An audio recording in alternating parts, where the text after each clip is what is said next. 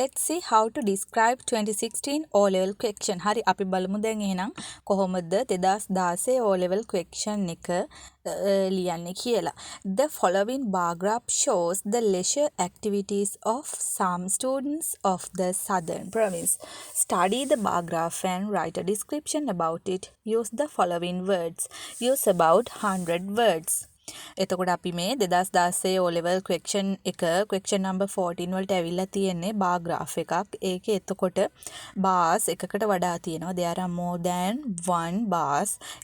bars එකකට වඩා තියෙන bar graph එකක් අපි කොහොමද විස්තර කරන්නේ කියලා බලමු. එතකොට අපිට මෙන්න මේ වචන භාවිතා කරන්න කියලා තියෙනවා highest, almost, equal, least, lower than කියලා එන්න ඕනේ. මෙතන කමා එකක් වැදිලා තියෙනවා වැරදිලා. lower than, higher than, most popular, less popular. ඉතින් අපිට මේ දීලා තියෙන වචන සියලුම දේ අපි ගන්න ඕනේ. අපිට අවශ්‍ය වචන ටික විතරක් ගත්තාම හොඳටම ඇති. අපි බලමු දැන් කොහොමද මේක ලියන්නේ කියලා. The above bar graph depicts. අපි කලින් තිබුණේ the above කලින් තිබුණේ shows. අපි ඒ වෙනුවට ගත්තා මෙතෙන්ට shows වෙනුවට අපි දැම්මා depicts.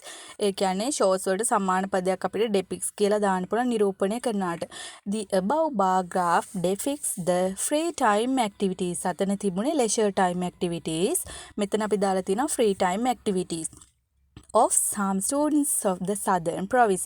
ඉතින් මම කිව්වා ඔයාලට කලින් වීඩියෝ එකෙන් අපි මෙහෙම ලියනකොට අපි පැරාෆ්‍රේස් කරන්න ඕනේ කියන්නේ තියෙන තේරුම වෙනස් නොකර සමාන පද යොදලා අපි ලියන්න ඕනේ. ඉතින් ඒ හින්දා අපි මේ වගේ මේ රතු අකුරින් මම දාලා තියෙන depicts free time activities මම මේක පැරාෆ්‍රේස් කරලා තියෙන්නේ. The horizontal axis represents free time activities.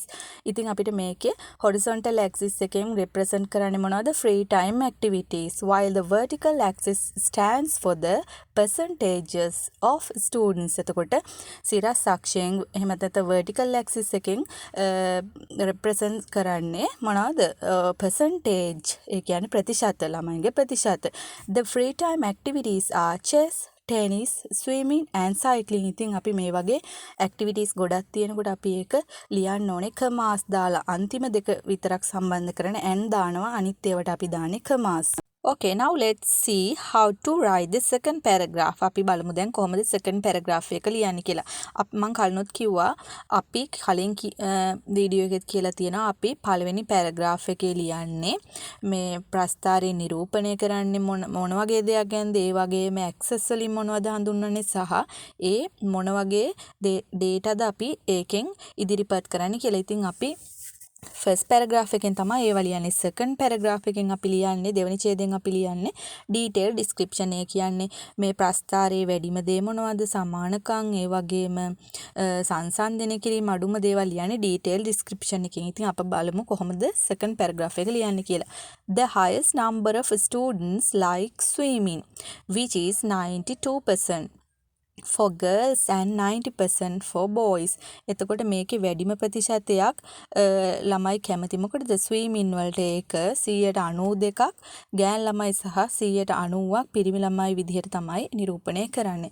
The two percentages are almost equal. ඒ වගේම මේකේ percentages දෙකක් තියෙනවා සම්පූර්ණයෙන්ම පාහේ සමානයි. ඒ මොනවද?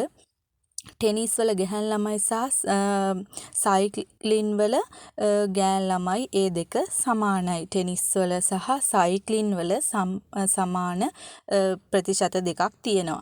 ඊට පස්සේ අපි බලමු in cycling and chess boys outnumber girls. ඒ කියන්නේ සයික්ලින් සහ chess වලින් boys outnumber girls. ඒ කියන්නේ පිරිමි ළමයි ගෑන් ළමයින්ට වඩා ඉදිරියෙන් ඉන්නවා. පිරිමි ළමයි ගෑන් ළමයින්ට වඩා ඉක්මවා යනවා. girls and in tennis and swimming girls outnumber boys. එතකොට ටෙනිස් සහ ස්විමින් වලින් ගෑන් ළමයි පිරිමි ළමයි අභිබවා යනවා. අපිට එහෙම ලියන්න පුළුවන් කවුරු හරි කෙනෙක් තවත් කෙනෙක් අභිබවා යනවා කියන අපි ගන්නවා outnumber. ඊට පස්සේ අපි බලමු අඩුම ප්‍රමාණයක් මොනවටද කැමති කියලා. The least number of boys like to play tennis while the least number of girls like to play chess. ඒ කියන්නේ අඩුම පිරිමි ළමයි අඩුම වශයෙන් කැමති ටෙනිස් සෙල්ලම් කරන්න, ගෑන් ළමයි අඩුම වශයෙන් චෙස් සෙල්ලම් කරන්න කැමති අතර. ඒ කියන්නේ පිරිමි ළමයි අඩුවෙන්ම කැමති ටෙනිස් වලට සහ ගෑන් ළමයි අඩුවෙන්ම කැමති චෙස් වලට. The most popular leisure activity is swimming. එතකොට මේකෙන් සමස්තයක් විදිහට ගත්තාම අපිට වැඩිම ජනප්‍රිය leisure activity එක මොකද්ද? Swimming. And the least popular activity is tennis for boys and chess for girls. මේකේ මගේ මේ chess for girls කියන එක ඒකේ පොඩි printing mistake එකක්. ඒ හින්දා අපි ඒක දාගන්න ඕනේ tennis for boys and chess for girls. හරි, එතකොට ඔයාලට තේරෙන්නේ නැති අපි කොහොමද මේ වගේ බාස් එකකට වඩා තියෙන බා ග්‍රාෆ් එකක් විස්තර කරන්න කියලා. අපි පළවෙනි ඡේද වලින් ලියන්නේ මොනවද? පළවෙනි ඡේදයෙන් ලියන්නේ මොනවද? දෙවෙනි ඡේදයෙන් ලියන්නේ මොනවද? සහ අපි කන්ක්ලූෂන් එක ලියන්නේ මොන වගේද කියලා ඔයාලට හොඳ අවබෝධයක් ලැබෙන්නේ නැති කියලා හිතනවා. හරි, අපි බලමු ඊළඟ question එක ඕල්වෙල් question number එක. ඒ කියන්නේ අපි දැන් සාකච්ඡා කරේ 2016. අපි බලමු 2017 මොන වගේ ප්‍රශ්නයක්ද ඇවිල්ලා තියෙන්නේ කියලා. The following table tells you where 125 students in your school like to study after their A-level examination. Write a description based on the information given in the table. Use about 100 words. හරි, මේක ඇවිල්ලා තියෙන්නේ table එකක්. ඒ කියන්නේ අපි කලින් සාකච්ඡා කරා බාර් ග්‍රාෆ්ස්. දැන් මේකේ තියෙන්නේ ටේබල් එකක්. ඒ කියන්නේ ටේබල් එකෙත් ලොකු වෙනසක් නැහැ. අපිට මේ තියෙන දත්ත percentages වලින් ඒ වගේම numbers වලින් ඒ දෙකෙන්ම අපිට විස්තර කරන්න පුළුවන්. අපි බලමු කොහොමද මේක විස්තර කරන්නේ කියලා. මේකේ countries තියෙනවා America, England, Japan, India, Russia, Australia and other countries. ඒ වගේ මේ question එකෙන් තියෙන්නේ ළමුන් 125ක් එයාලගේ A level exam එකෙන් පස්සේ මොන වගේ රටවල් වලද ඉගෙන ගන්න කැමති කියලා. question එකේ දීලා තිබුණේ the following table tells කියලා. මම මෙතනදී දාලා තිනවා the above table shows where 125 students of our school like to study after their A level examination.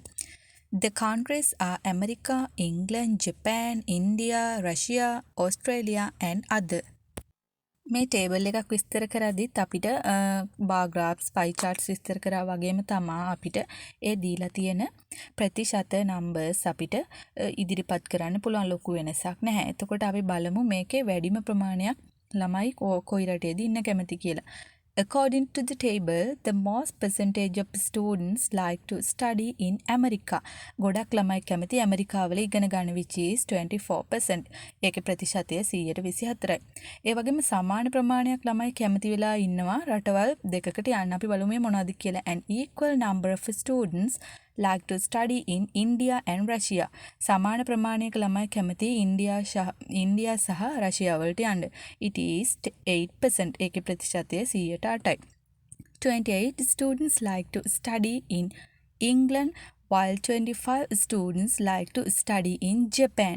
එතකොට මේකේ දාලා තියෙන්නේ ප්‍රමාණය. ඉස්සෙල්ලා අපි ප්‍රතිශත වලින් දැම්ම, දැන් මෙතන ප්‍රමාණ වලින් දාලා තියෙනවා.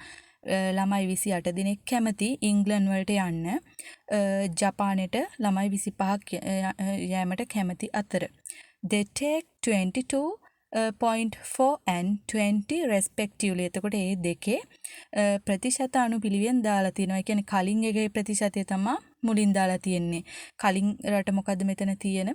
ඉංග්ලන්ඩ්. ඒකේ ප්‍රතිශතය 22.4යි සහ ජපාන් වල ප්‍රතිශතය 120යි. එතකොට respectively කියන්නේ මේ දෙකේ අනුපිළිවෙලින් ප්‍රතිශත තමයි මෙතන දාලා තියෙන්නේ. ඒ වගේම අඩුම ළමයි ප්‍රමාණයක් කොහෙද ඉගෙන ගන්න කැමති? other countries. ඒ කියන්නේ මෙතන මොන රටවල් වලද කියලා නැහැ. වෙනත් රටවල් වල ඉගෙන ගන්න කැමති ළමයි ප්‍රමාණය තමයි අඩුම ප්‍රතිශතයක් දක්නට ලැබෙන අඩුම ප්‍රමාණයක් සහ ප්‍රතිශතයක්. So it is clear that these students prefer to study in the developed countries of the world. ඉතින් මේකෙන් අපිට පැහැදිලි වෙනවා ගොඩක් ළමයි සංවර්ධිත රටවල් වල තමයි ඉගෙන ගන්න කැමති කියලා. කන්ක්ලූෂන් එක විදිහට අපිට ඒ ටේබල් එකෙන් දකින්න පුළුවන් දේ අපිට ලියන්න පුළුවන්. හරි, දැන් අපි බලමු කොහොමද 2018 2018 O level question එක කොහොමද ඇවිල්ලා තියෙන්නේ කියලා. The following bar graph shows the results of a survey conducted among 100 grades 11 students in a school about the choice of the subjects for advanced level stream. ඉතින් ළමයි A level වලට කරන්න කැමති subject පිළිබඳ තමා මෙතන කරපු survey එකකින් ගත්ත ප්‍රතිඵල තමා මේ bar graph එකේ නිරූපණය කරන්නේ. Study the chart and write a description about their choices. ඉතින් අපිට එයාලගේ choices පිළිබඳ තමා මෙතන නිරූපණය කරන්න තියෙන. අපි බලමු කොහොමද මේ bar graph එක විස්තර කරන්නේ කියලා. එතකොට මේකේ තියෙන්නේ horizontal axis එකෙන් තියෙන subjects, vertical axis එකෙන් තියෙන්නේ number of students ඒ කියන්නේ ළමයින්ගේ ප්‍රමාණය. This bar graph illustrates. මෙතන අපි අරන් තියනවා illustrates. අපිට shows එනකොට ගන්න පුළුවන් තව වචනයක් තමයි illustrates. Illustrates the choice of the subjects of grade 11 students in a school. ඉතින් ළමයින්ගේ පාසලක ඉන්න 11 වසර ළමයින්ගේ කැමැත්ත තමයි විෂයන් A level විෂයන් වල තියෙන කැමැත්ත තමයි මේන් ඉදිරිපත් කරන්නේ. ඒ වගේම access විස්තර කරන්නේ කොහොමද? තිරස් අක්ෂය නිරූපණය කරන්නේ subjects. එතකොට අපි ඒ කියන්නේ the horizontal axis indicates the subjects. Indicates කියන්නේ අපි මේ bar graph ගොඩක් විස්තර කරන්නේ present tense ඉඳලා ඒ හින්දා අපි indicates කියලා දාලා තිනවා. Indicates the subjects while the vertical axis represents the number of students. එතකොට සිරස් අක්ෂයෙන් විස්තර කරන්නේ ළමයින්ගේ ප්‍රමාණය. ඒ වගේම මේකේ තියෙන දත්ත අපි අනුපිළිවෙලෙන් දැම්මොත් the subjects are biology, maths, IT, art, accounting and music. ඒ වගේම අපි දෙවෙනි පැරග්‍රාෆ් එක කොහොමද ලියන්නේ? දෙවෙනි පැරග්‍රාෆ් එකෙන් අපි ලියන්නේ detail description එකනේ. එතකොට වැඩිම ළමයි ප්‍රමාණයක් කැමති මොනවටද? වැඩිම ළමයි ප්‍රමාණයක් කැමති biology වලට. අපි කොහොමද ඒක ලියන්නේ? The most students prefer to study biology.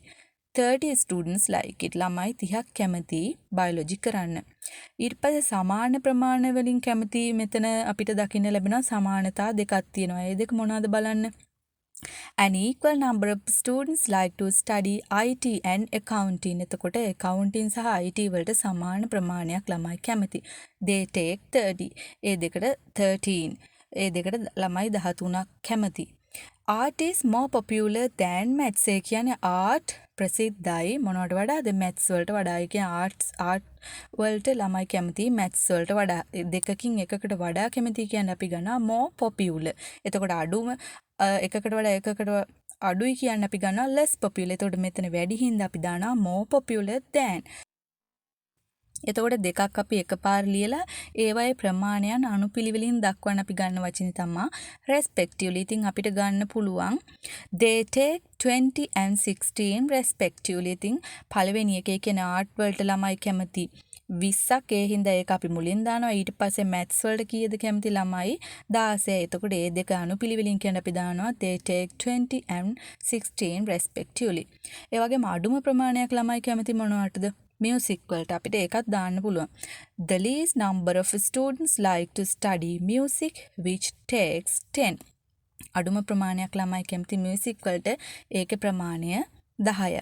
එතකොට අපිට මේක දැක්කහම අපිට මොකද්ද දකින්න පුළුවන් සමස්තයක් විදිහට ගත්තාම conclusion එක the information in the bar graph gives an indication that the majority of the students like to study biology as their advanced level stream. එතකොට අපිට මේක මේ bar graph එක දැක්කහම බහුතරයක් ළමයි කැමති A level වලට biology ඉගෙන ගන්න. හරි දැන් අපි බලමු කොහොමද 2000 අපි 16 17 18 බැලුවා 19 2019 question එක මොකක්ද ඇවිල්ලා තියෙන්නේ කියලා. The following pie chart shows how Mr. Pereira spent his salary in the month of July 2019 on various household needs. ඒ කියන්නේ Mr. Pereiraගේ household needs කියන්නේ ගෙදර අවශ්‍යතාවන් වලට එයා 2019 ජුලයි වල එයාගේ salary එක කොහොමද වියදම් කරේ කියලා. එතකොට ඔයාලට මේකේ කලින් chart වලට වඩා වෙනසක් දකින්න තියෙනවා. මොකද්ද මේක past tense වලින් තියෙන්නේ. How Mr. Pereira spent his salary කියන්නේ අපි මේක අතීතයේ වෙච්ච දේවල් ගැන ලියද්දී අපි එතකොට අතීත කාලයෙන් ලියන්න ඕනේ. මොකද අපි ගොඩක් වෙලාවට bar graphs pie charts විස්තර කරන්නේ present tense වලින්. නමුත් අතීතයට අදාළ සිද්ධියක් ගැන සාකච්ඡා කරනවා නම් අපි ඒක අතීත කාලයෙන් අවශ්‍ය තැන් වලට අතීත කාලය යොදලා ලියන්න ඕනේ. Study it and write a description about it. Use about 100 words. අපිට මේකෙත් වචන 100ක් ලියන්න ඕනේ. එතකොට අපිට මෙතන වචන කීපයක් දීලා තියෙනවා භාවිතා කරන්න. ඒ වගේම මොනවටද මෙයා මේ වියදම් කරලා තියෙන්නේ? food, education, clothes, savings, transport and electricity. එතකොට මේවා නිරූපණය කරන්නේ percentages වලින්. අපි බලමු කොහොමද මේ pie chart එක විස්තර කරන්න කියලා. අපිට මේ විදිහට ආරම්භ කරන්න පුළුවන් this pie chart depicts how Mr. Pereira spent his salary in the month of July 2019 on various domestic needs. අතන තිබුණේ household needs. අපිට ඒ වෙනුවට ගන්න පුළුවන් ඊට සමාන වචනයක් විදිහට various domestic needs. ඒ කියන්නේ ගෙදර විවිධ අවශ්‍යතා සඳහා ගෘහයේ අවශ්‍යතා සඳහා. එතකොට අපි මේක past tense වලින් ලියන්න ඕනේ මොකද මේක අතීතයේ කරපු දෙයක් හින්දා. එතකොට එයා කොහොමද එයාගේ salary එක වියදම් කරලා තියෙන්නේ? අපිට ඒක ලියන්න පුළුවන් he spent his salary on food, education, clothes, savings, transport, electricity and other minor needs. අනිකුත් සුළු අවශ්‍යතා සඳහා මෙයා වියදම් කරලා තියෙන ආකාරය තමයි අපිට මේකෙන් නිරූපණය කරන්නේ. He spent 25% of his salary on food. එයා වැඩියෙන්ම වියදම් කරලා තියෙන්නේ මොකටද? 125ක් එයා වියදම් කරලා තියෙන්නේ food වලට. ඒ කියන්නේ ආහාර වලට. Salary on food and 22 on education. ඉතින් එයා 122ක් වියදම් කරලා තියෙනවා. පඩියෙන් salary එකෙන් 122ක් එයා වෙන් කරලා තියෙනවා education වලට අධ්‍යාපන. ඒ වගේ මෙයා සමාන ප්‍රමාණයක් වියදම් කරලා තියෙනවා මොනවටද? clothes and savings වලට. ඒ කියන්නේ ඇඳුම් සහ ඉතිරි කිරීම වලට එයා සමාන ප්‍රතිශතයක් වියදම් කරලා තියෙනවා කියලා ඔයාලට මේ chart එක දැක්කහම තේරෙනවා. ඉතින් අපි කොහොමද සමානතා දක්වන්නේ?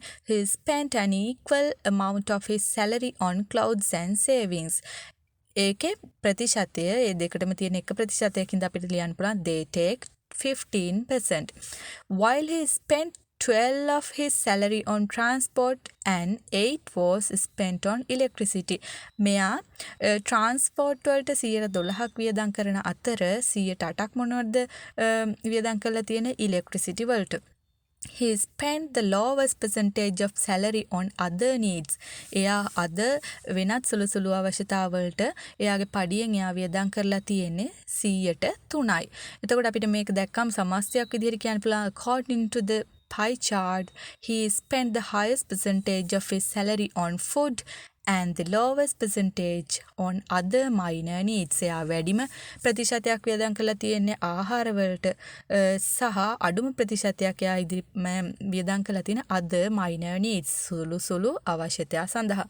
ඉතින් ඔයාලට දෝල පුතාලට මගේ මේ වීඩියෝ එකෙන් මම විවිධ ප්‍රශ්න සාකච්ඡා කරලා තියෙනවා අවුරුදු 4ක. ඒ වගේම ඔයාලට 2020 question එක බලන්න ඕන නම් මගේ bar graphs part 1 වීඩියෝ එකේ තියෙනවා ඔයාලට 2020 question එක අපි කොහොමද ලියන්නේ කියලා. ඉතින් මම හිතනවා දෝල පුතාලට මේ වීඩියෝ එක ගොඩක් වැදගත් වෙයි කියලා. මේකේ තියෙන ක්‍රම සහ ඔයාලට මේ ක්‍රම භාවිතා කරලා ඔයාලට තවදුරටත් ඔයාලගේ මේ charts පිළිබඳ තියෙන දැනුම වැඩි දියුණු කරගන්න පුළුවන්.